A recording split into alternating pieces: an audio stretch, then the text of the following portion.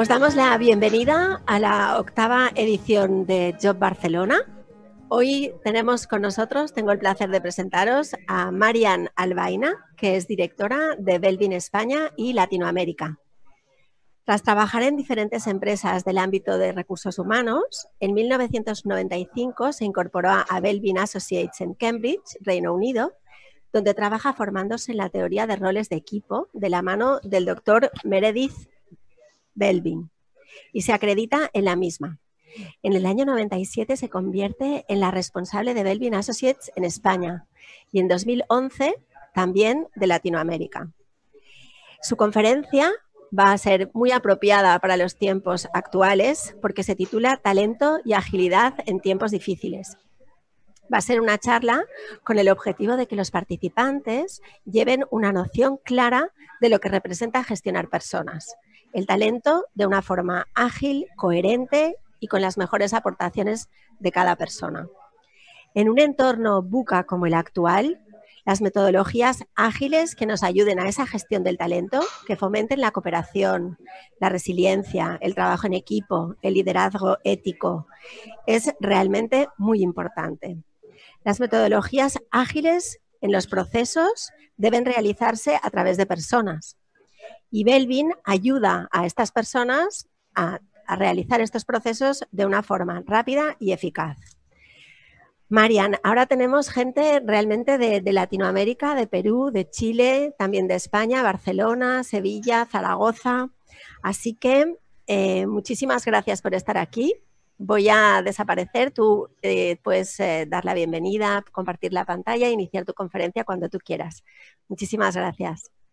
Muchas gracias, Pili. Muchas gracias a todos los que estáis ahí detrás escuchando esta ponencia donde voy a comentaros, como bien ha dicho Pili, sobre la metodología Belvin como una metodología ágil en estos tiempos de incertidumbre. Bueno, como os decía, vamos a hablar de estos tiempos de agilidad, de tiempos difíciles. Estamos, en términos generales, en una situación de incertidumbre. Como candidatos o como personas a nivel individual tenemos quizá que reorientar nuestra carrera profesional o quizá vamos a cambiar de puesto de trabajo o nos vamos a mover dentro de nuestra organización a distintos puestos y nos preguntamos cómo lo vamos a hacer, hacia dónde vamos a ir. Como empresa tenemos que seleccionar candidatos o personas que se incorporen y, bueno, quizá lo que hoy nos sirve, mañana no nos sirve o lo que necesitamos hoy, mañana no lo necesitamos. Necesitamos, por lo tanto, también agilidad en esa nueva incorporación o incluso en las personas que tenemos dentro de la organización, agilidad para moverlas de un equipo a otro. Pero también, o de una tarea a otra, pero también, a pesar de necesitar esa agilidad, también necesitamos certeza sobre hacer las cosas correctamente, sobre mover a las personas o colocar a las personas o asignar tareas correctamente. Por eso necesitamos más datos, necesitamos más información sobre las personas en nuestra organización. Necesitamos información que sea fiable y que sea veraz. Hace ya muchos años, Meredith Belvin nos hablaba de elegibilidad. ¿Qué es la elegibilidad? Son los criterios clásicos de selección, que es la experiencia que tiene una persona, las cualificaciones, las referencias de trabajos previos o la aceptabilidad en la entrevista. Eso está muy bien, son los criterios clásicos de selección. Pero ya Meredith Belvin nos decía, pero hace falta más, con eso no es suficiente, necesitamos más información sobre la persona. Y él nos hablaba y nos habla de idoneidad, que son los criterios de desempeño. Es decir, las habilidades que tiene una persona concreta, su versatilidad, cómo la podemos mover a esta persona dentro de la organización. Las observaciones, que son muy importantes, es decir, no solo me quedo con el punto de vista sobre lo que aporta de la persona, sino también las personas que trabajan a su alrededor tienen mucho que decir sobre sus aportaciones y tenemos que tener en cuenta este dato. Y más allá, no solo tenemos que tener en cuenta todos estos datos sobre la habilidad y las observaciones de la persona para ver cómo encaja en el puesto de trabajo, sino también cómo encaja en el entorno, cómo encaja con sus compañeros de equipo, de área, de departamento. Es decir, esa apuesta que hacía Meredith y que hace Meredith por añadir la idoneidad a la elegibilidad. Y estas palabras que suenan tan extrañas, me acuerdo una vez en una reunión con un director de talento y selección de una gran compañía de nuestro país, me decía, bueno, Marian, pero si eso está claro, esto es por lo que contratamos, la elegibilidad, y esto es por lo que despedimos, ¿no? La idoneidad.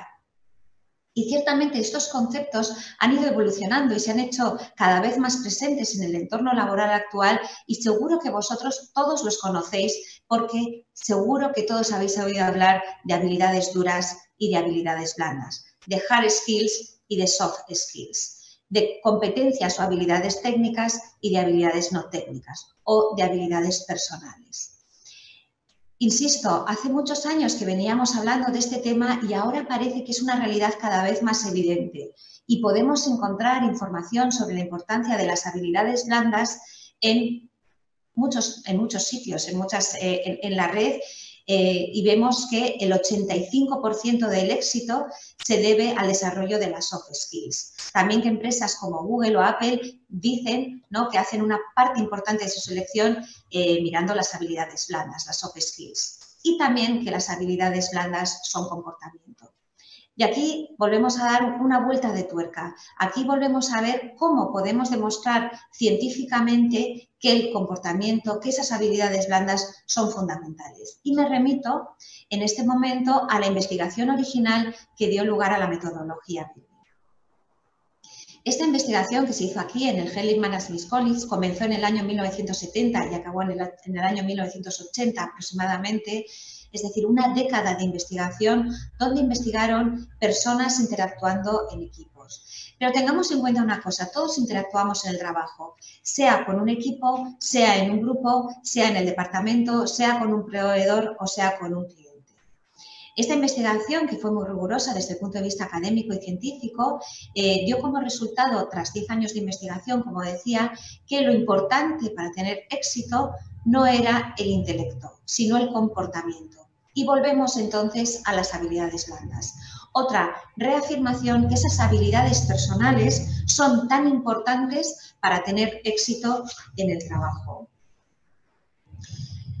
Esto lo tenemos, yo creo que está bastante claro en términos generales que las habilidades blandas es un dato que tenemos que incorporar en nuestras organizaciones, tanto en el proceso de selección como en el proceso de desarrollo de las personas. Sin embargo, a mí me gustaría recalcar que es muy importante hacer una medición correcta. Es un dato fundamental, es un dato que nos va a ayudar a tomar decisiones sobre las personas. Es un dato que nos va a ayudar a asignar tareas. Es un dato que nos va a ayudar a comprendernos mejor unos a otros. Por lo tanto, no puede ser un dato que se base en una intuición o en una idea generalizada, sino que tiene que tener una medición fiable y validada sobre cómo vamos a identificar estas habilidades blandas. Esta medición objetiva y fiable que la vamos a utilizar para desarrollar, insisto, a las personas y para colocarlas, debe estar basada no solo en la autopercepción, sino también en las observaciones externas. La autopercepción es fundamental. La autopercepción es lo que yo creo que aporto a la hora de trabajar, lo que yo creo que son mis habilidades blandas o soft skills.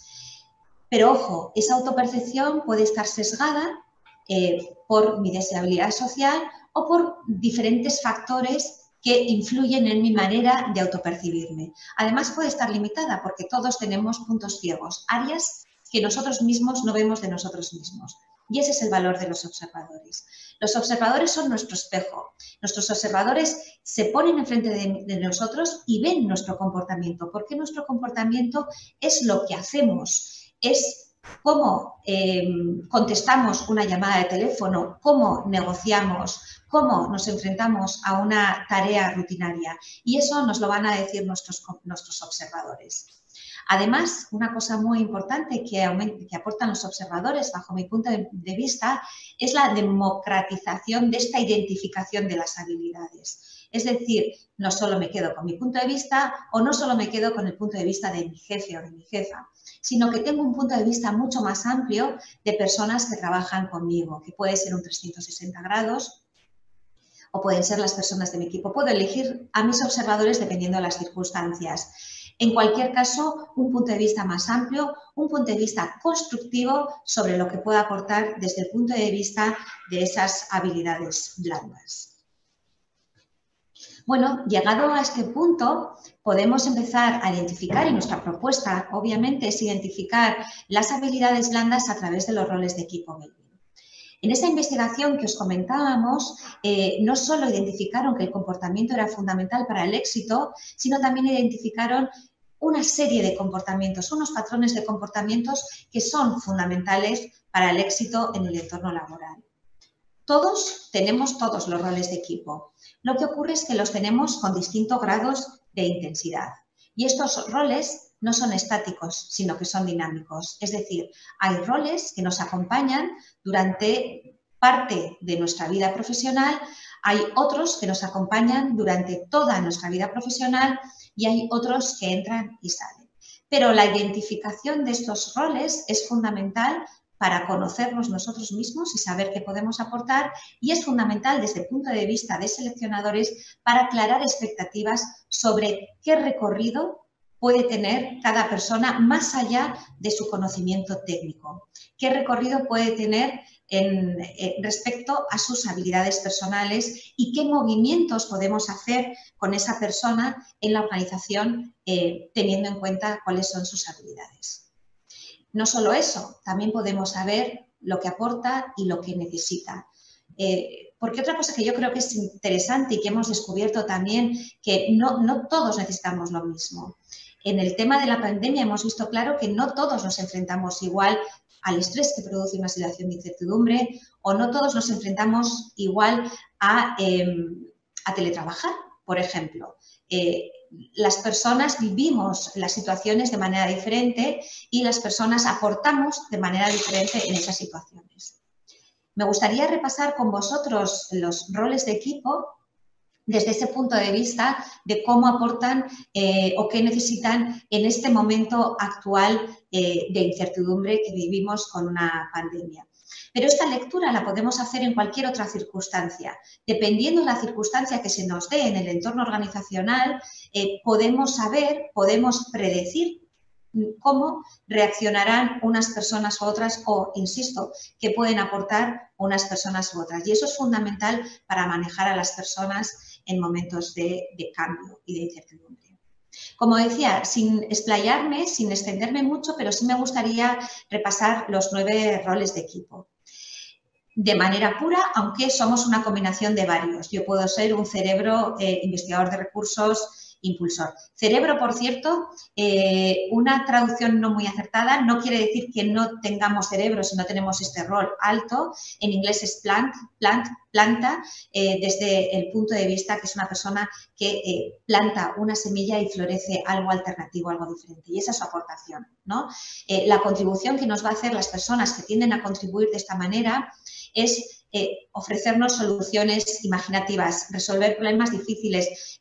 No sabemos qué va a pasar mañana, estamos en una situación de caos, no importa. Yo puedo pensar fuera de la caja, pensar alternativas. Pero, ¿qué necesito como cerebro? Necesito que me supervisen, necesito que cada poco tiempo me pregunten cómo voy y me reorienten a dónde tengo que ir porque me puedo despistar. Todo me parece interesante, todo lo que es creación alternativa me parece interesante y me puedo interesar, pero necesito margen. Aunque me tenga que poner foco, necesito margen de actuación. Quizá, mientras vaya explicando los distintos roles, podéis hacer ese trabajo de veros a vosotros mismos. Los que tenéis vuestro informe, que por cierto os agradezco que lo hayáis completado y lo veremos al final, podréis identificar de una manera mucho más clara dónde contribuís. Pero al mismo tiempo podéis hacer ese ejercicio de empezar a comprender, ¿no? Empezar a identificar esas contribuciones diferentes en las personas que trabajan con vosotros. El comprender a las personas, el comprendernos a nosotros mismos, el comprender a las personas supone un cambio fundamental en las relaciones dentro de la organización y en el aprovechamiento del potencial. Esto es fundamental para aprovechar a las personas el potencial que tenemos dentro. Bueno, seguimos adelante con otro rol, el monitor evaluador. El monitor evaluador ofrece, o mejor diría, la persona que tiende a contribuir como monitor evaluador, que puede ser cerebro monitor evaluador, o sea, podemos tener esa combinación, insisto, va a reflexionar, va a hacer una reflexión muy profunda, va a analizar muy bien toda la situación y va a tomar decisiones muy buenas. Pero, ojo, necesita tiempo y necesita datos. No se va a precipitar nunca a responder a la situación.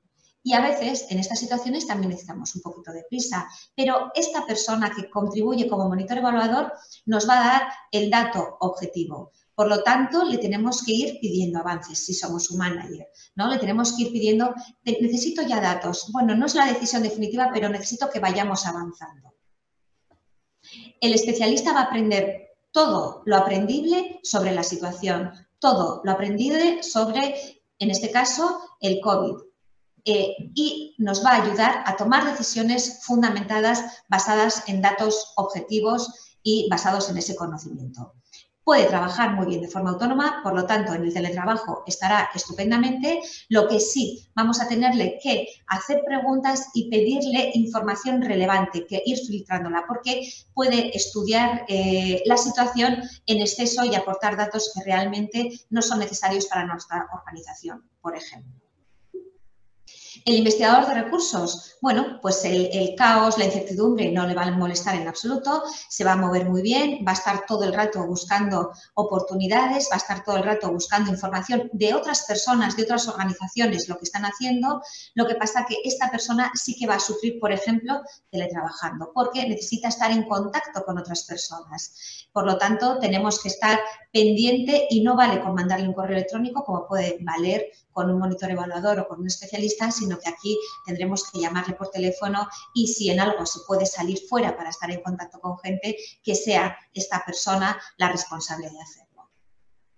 El coordinador va a mantener la calma, va a transmitir la calma, va a tener muy claro cuáles son las metas y hacia dónde tenemos que ir y lo va a transmitir buscando el consenso y la escucha. Por lo tanto, ahí también tenemos que estar pendiente que ese consenso y esa escucha no nos despiste de la acción, sino que estemos conectados con la acción a través de ese consenso. Como rol social, también necesita el contacto con las personas.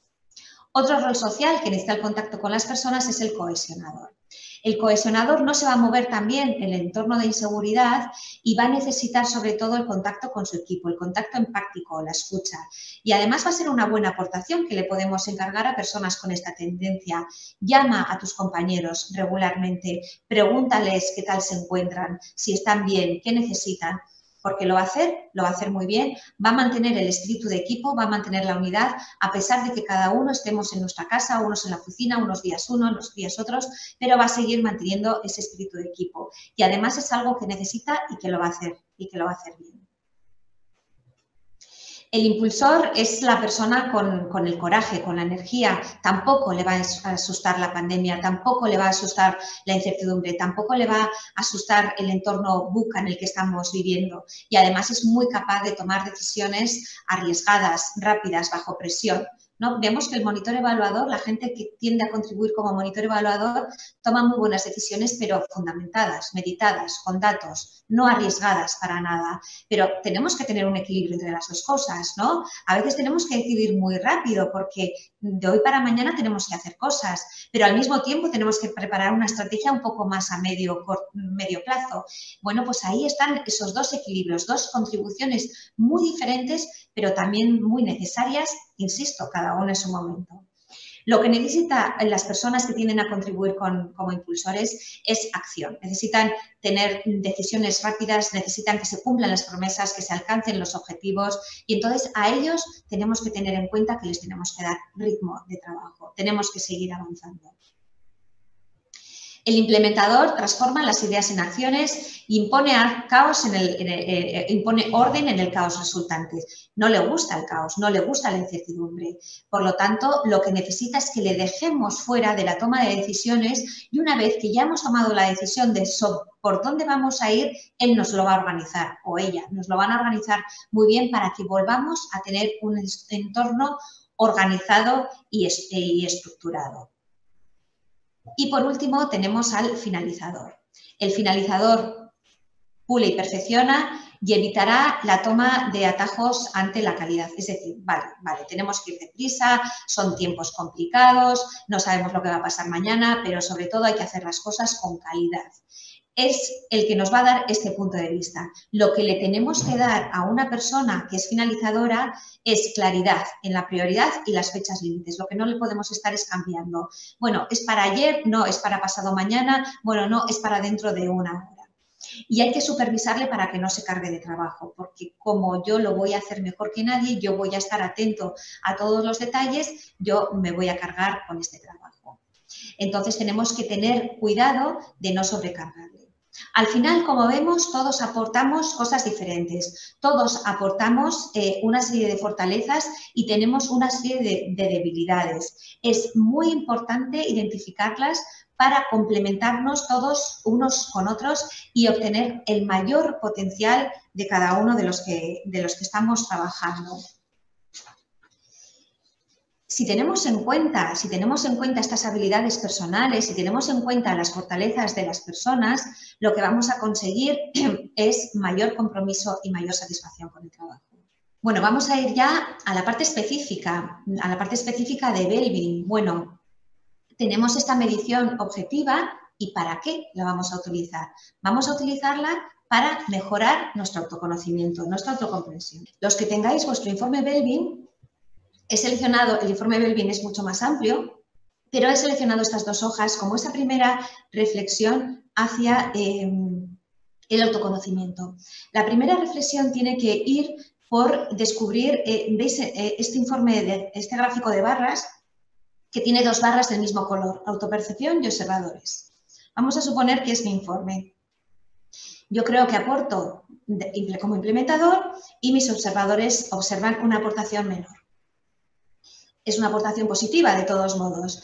Siempre, y esto también es muy importante, Belleville trata de identificar los comportamientos positivos, constructivos. Todos tenemos algo positivo que aportar al entorno laboral. La primera pregunta que me tendría que hacer al ver mi informe es, ¿hay diferencias entre mi autopercepción y mis observadores?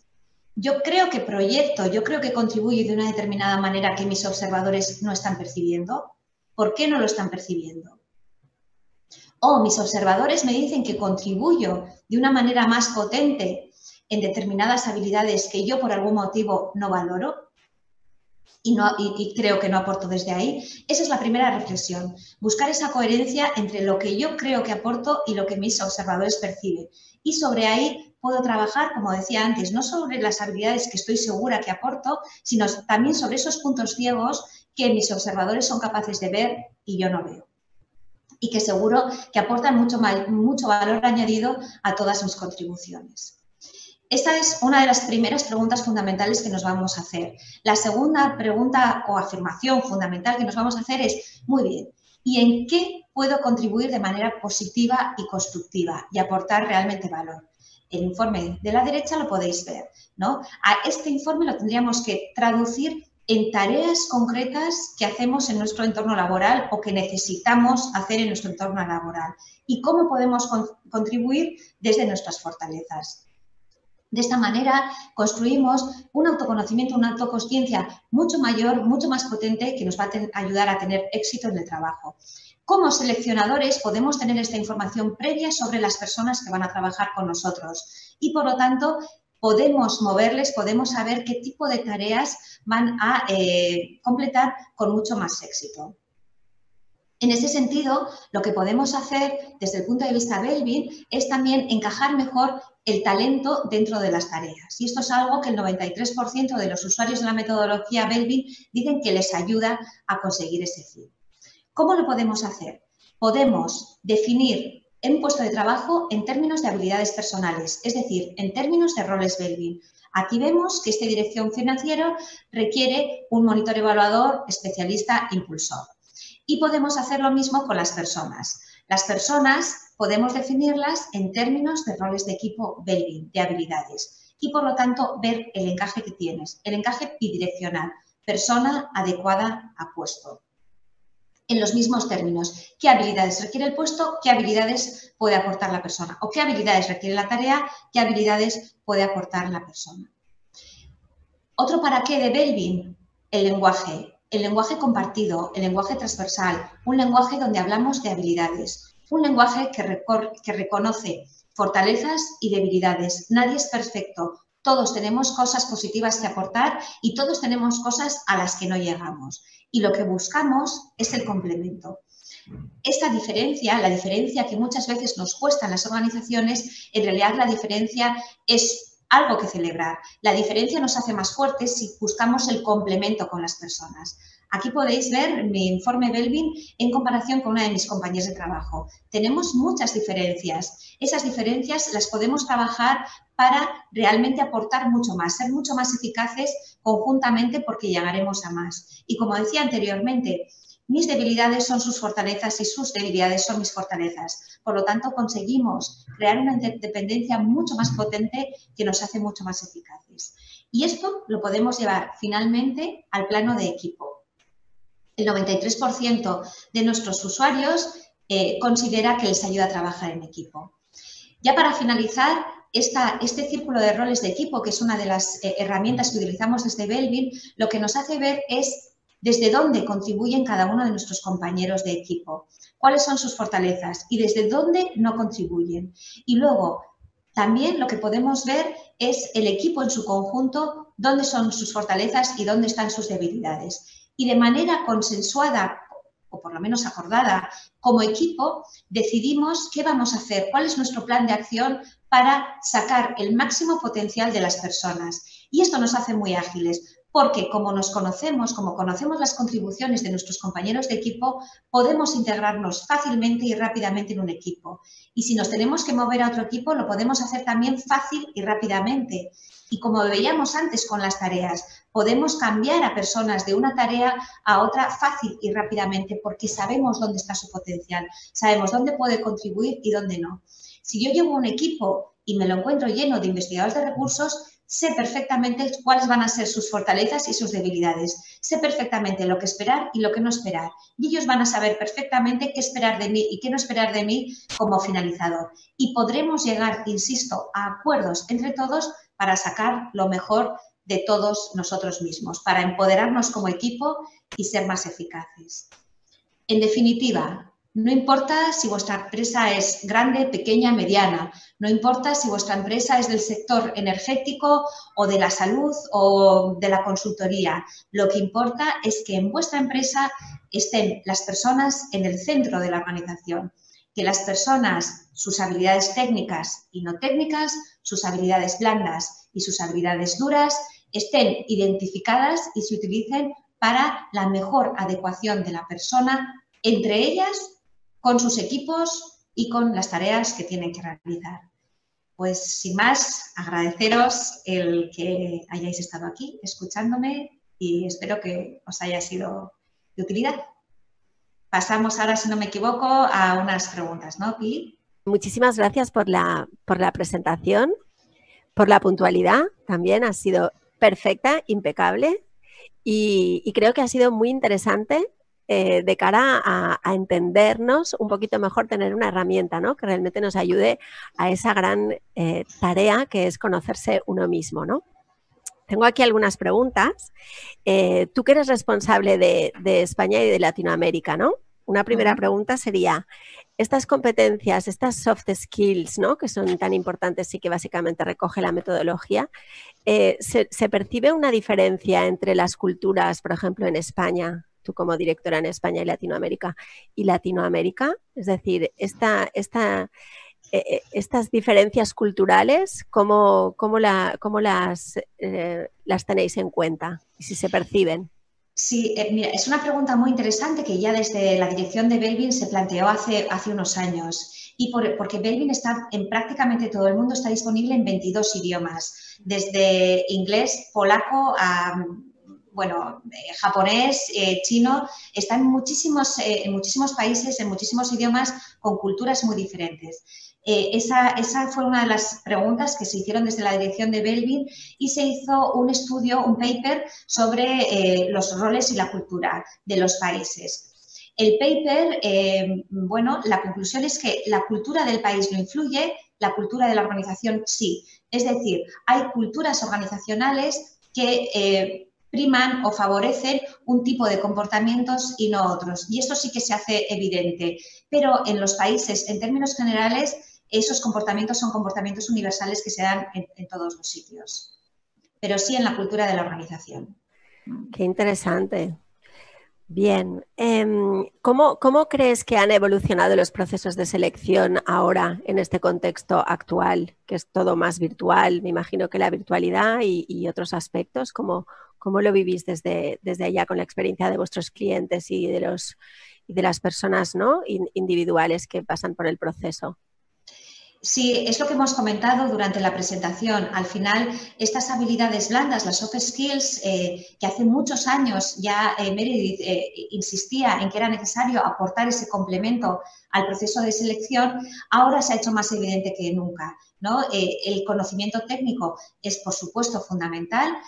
Muchas veces se da por hecho, pero las habilidades blandas, las soft skills, muchas veces no las tenemos identificadas y medidas. Y realmente sabemos que es fundamental, porque ahora mismo lo que vale para hoy no vale para mañana. Por lo tanto, necesitamos esa información más ampliada de las personas para saber en cada circunstancia cómo va a reaccionar, cómo se va a mover esa persona. Uh-huh. Hay otra pregunta que es en relación a esta posible autoevaluación que se ofrece desde la plataforma. Nos preguntan si la pueden seguir haciendo, si esto está abierto para los candidatos de Job Barcelona. Bueno, está abierto para los asistentes al curso, sí, está abierta y la podéis seguir haciendo porque va a estar abierta todavía por lo menos hasta que acabe todo lo que es el congreso. Vale, ¿y el rol de los observadores? Los observadores, ¿cómo se tienen que elegir los observadores? Sí, los observadores tienen que ser personas que trabajan con nosotros actualmente. Personas que nos conocen bien desde el punto de vista laboral y que han trabajado por lo menos con nosotros durante 3 meses. 6 mejor. Si no estamos trabajando, podemos buscar personas de nuestro último entorno laboral. Es decir, si acabamos de dejar de trabajar hace 1 mes, 2 meses, esas personas de nuestro último entorno laboral. Si estamos haciendo un MBA, un máster, cualquier tipo de formación que requiere también una colaboración estrecha y se hace mucho trabajo colaborativo, también esas personas nos pueden observar si no estamos trabajando. Lo ideal es las personas con las que estamos trabajando. Si no lo estamos haciendo, los últimos que han trabajado con nosotros son nuestros compañeros de algún entorno académico. ¿Y hay una limitación en el número de personas, observadores, para que sea más fiable? ¿O cuál es el número que vosotros aconsejáis? Hay un límite hacia abajo, es decir, mínimo 4. Hacia arriba no hay límite, pero nosotros recomendamos 6. 6 es un número óptimo para tener la observación. Más tampoco aporta muchísimo más valor. 6 es el número más adecuado. Y entonces los observadores, ¿cuánto tiempo dedican a analizar el comportamiento del observado, por así decirlo? La observación se completa en 5 minutos, porque lo que tiene que hacer es marcar una serie de palabras que identifican a la persona. Es muy interesante para mí la metodología Belbin. Una de las cosas que más me gusta es que es compleja en su estudio, en su descubrimiento, porque son 10 años de investigación y muchos años de contraste a lo largo de su aplicación en distintas empresas de todo el mundo. Y es lo que tiene la época actual, este tipo de cosas, ¿no? Marian se está riendo porque me estaban tomando la temperatura. Me he puesto roja, pero no tengo fiebre. Entonces, bueno, lo que decía, perdona, se me ha ido, no sé lo que te estaba comentando. Aquí es compleja. Que es compleja, pero simple. Sí. Pero simple en su aplicación. Es una metodología que puede comprender cualquier persona de la organización, aunque no sea de recursos humanos, aunque no haya trabajado en estos temas. Y la observación es marcar palabras que identifican a la persona a la hora de trabajar, ¿no? Su estilo de trabajo. Palabras que, por otro lado, tienen un trabajo muy grande por detrás para saber que identifican ese tipo de comportamientos. La verdad es que me parece una herramienta brutal. O sea, me dan ganas realmente de hacer la autoevaluación porque realmente es algo muy sencillo y que nos aporta muchísimo valor, ¿no? Tú lo has dicho antes, no solo es comprenderme a mí, sino comprender a los demás. Y eso es algo fundamental en el entorno laboral. Comprendo por qué hace lo que hace Y no lo hace para fastidiarme a mí, que igual yo lo hago de otra manera, sino porque es su estilo. Y su estilo aporta también mucho, aporta diferente a mi estilo. Y eso es un cambio muy interesante en el funcionamiento de las organizaciones. Sí. Qué interesante. Pues hay una pregunta relacionada justamente con este final que nos estás explicando, ¿no? Nos piden si puedes explicar un caso, por ejemplo, real de una de estas empresas clientes, porque esto entiendo que es un proceso que hacen, pues, o sea, si se hace en un departamento, si se hace en pues, cargos ejecutivos o X, ¿no? Entonces, ¿cómo es este proceso desde que ellos asumen que quieren entrar en el proceso de, supongo que es de evaluación o bien para el equipo de recursos humanos, para una preselección, etcétera? Explícanos un poquito el proceso, quién interviene dentro de las empresas y luego si hay un feedback global que recoge un poco todo para hacer ese espíritu de equipo, ¿no? Gracias también a la herramienta. Bueno, procesos hay muchos. Hay diferentes maneras de aplicar la metodología. En nuestra página web, en belbin.es, en el blog, tenéis varias descripciones de procesos distintos. Os explico 2 o 3 de manera breve para que veáis todos cómo los podemos trabajar. Por ejemplo, un proceso que está registrado en nuestra página, que es el de Kutxabank, es crear una cultura, y que se ha hecho con otras organizaciones, es crear una cultura de colaboración, de trabajo en equipo. En ese caso, ¿cómo es el proceso? Todos los participantes, que esto es algo transversal, prácticamente toda la organización o mucha parte de la organización, hace los cuestionarios Belbin para empezar a conocerse. Y luego todo eso se pone en marcha en una serie de formaciones a través de una serie de dinámicas. En esas dinámicas se va resaltando cómo las distintas personas aportan de distintas maneras en distintos contextos y cómo esas aportaciones diferenciales suman. Y el conocernos hace que nos comprendamos mejor y que podamos trabajar mucho mejor juntos y de manera más eficaz. Eso sería como algo transversal, ¿no? Otra aplicación es el desarrollo de un mando intermedio, el desarrollo del liderazgo. Primero tengo que crear un liderazgo auténtico, o sea, tengo que liderar desde mis habilidades, desde mis competencias. No puedo pretender liderar como otra persona porque siempre me va a salir mal, siempre se va a notar que estoy como actuando, ¿no? Entonces, primero es desarrollar ese liderazgo auténtico y conocerme bien cómo yo lidero a los demás y luego conocer a las personas que yo lidero, por así decirlo. Y es lo que decíamos durante la presentación, no es café para todos. Si una persona de mi equipo tiende a contribuir como cohesionador, monitor, evaluador, va a necesitar datos, va a necesitar que le hable, va a necesitar que esté pendiente. Sin embargo, un investigador de recursos impulsor va a ir a su aire, va a necesitar más libertad, necesitan cosas diferentes, ¿no? Un finalizador va a necesitar unas instrucciones muy detalladas, muy claras, y se las tengo que transmitir. Entonces, yo tengo que saber con quién estoy trabajando, a quién estoy liderando y qué le tengo que dar a cada persona en cada momento. Y no es complejo, es fácil, porque al final son cosas que podemos hacerlas de una manera muy ágil dentro de la organización, el dar a cada uno lo que necesita. Más información o menos información. Si tengo tiempo, una pequeña anécdota. Una empresa muy pequeñita, la responsable de la empresa decía, es que esta persona no me tiene en cuenta como gerente, me cuestiona continuamente, no le vale nada de lo que le digo. Hacemos el análisis de roles y esta persona que le cuestionaba continuamente simplemente era un monitor evaluador muy potente, simplemente necesitaba datos. O sea, despersonalizo, no es que no me cuestione, es que le tengo que dar una información mucho más detallada que a cualquier otra persona para que pueda pasar a la acción con la seguridad que esta persona monitor evaluador necesita. Cambia totalmente la relación por las dos partes y mejora totalmente la relación. Y luego, por último, el caso de los equipos. En los equipos empezamos con una fase de sensibilización. Tengo que saber qué es trabajar en equipo, qué supone trabajar en equipo desde el punto de vista de habilidades más transversales de las que nos tenemos que ocupar todos. En segundo lugar, nos tenemos que conocer, tenemos que ser transparentes sobre qué podemos aportar cada uno y qué no podemos aportar cada uno. En tercer lugar, tenemos que hacer el análisis de nosotros todos juntos, como equipo, analizar esa composición y ahí vemos claramente por qué pasa lo que pasa en el equipo. Y a partir de ahí, entre todos, también elaboramos un plan de acción con la ayuda de un facilitador en muchas ocasiones, pero ese plan de acción es nuestro, lo hemos generado nosotros, son nuestras decisiones sobre nuestra manera de funcionar.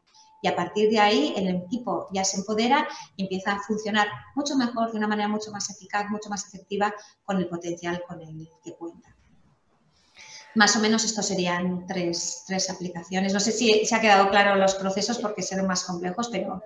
Yo creo que ha quedado súper claro con los ejemplos y además también es una manera muy objetiva de eliminar sesgos. Entiendo que también es una manera muy potente de eliminar prejuicios y sesgos y de limar malas interpretaciones entre las personas. Esto creo que es un punto muy importante. Y también ligado al tema del liderazgo, una pregunta última, Marian.